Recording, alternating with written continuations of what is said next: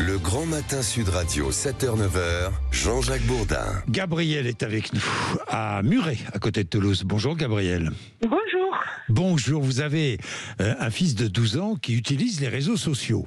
Oui. Et vous avez décidé de lui faire passer une formation de 4 heures pour le mettre en garde. Racontez-nous. Alors, je suis animatrice professionnelle auprès des adolescents. Oui. Et donc, je faisais partie d'un dispositif à l'époque qui s'appelle les promeneurs du net. Et donc, qui vise à accompagner les adolescents, leurs parents et aussi les professionnels. Dans l'utilisation des écrans et particulièrement des réseaux sociaux et d'Internet. Et donc, voilà, comme je travaillais auprès des enfants à partir de classe de CM2, puisque malheureusement les réseaux sociaux, ça commence très tôt. Hein. On parle des ados, mais ça commence bien plus tôt pour beaucoup. Et donc du coup, quand mon enfant est passé en 6e et m'a demandé à avoir un téléphone portable, je lui ai dit, la seule condition, ce sera de passer cette petite formation, donc qui est fait sur 4 heures, normalement sur 4 semaines dans les écoles.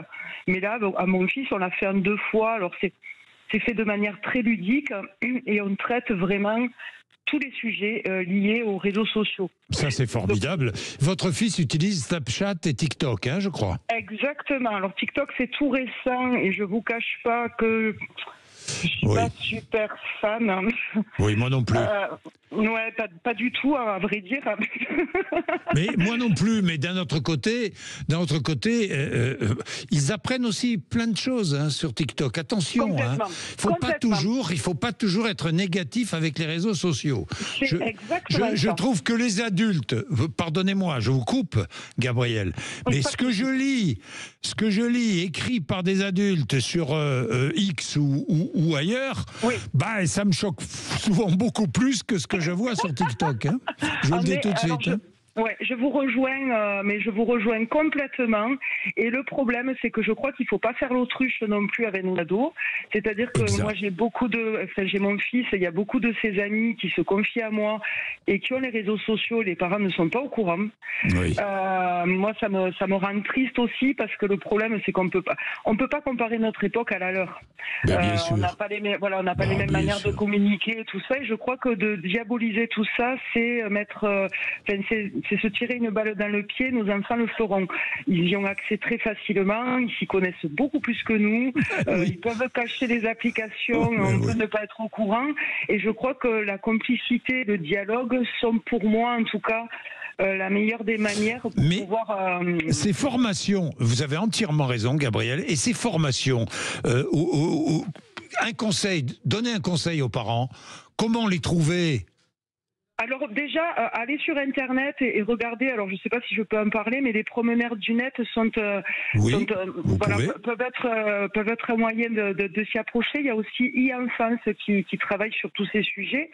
Et en fait, c'est tout simplement d'aborder les sujets avec nos enfants, franchement, et de parler des vrais risques. Alors bien évidemment, c'est quand même important de trouver les bons mots et...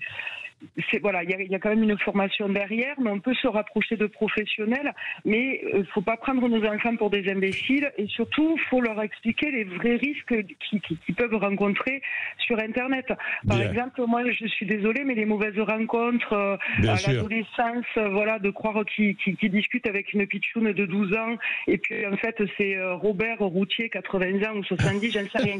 J'abuse un petit peu, mais c'est vrai que je l'aborde avec humour avec les enfants et donc du coup, ils en rigolent, mais l'information passe.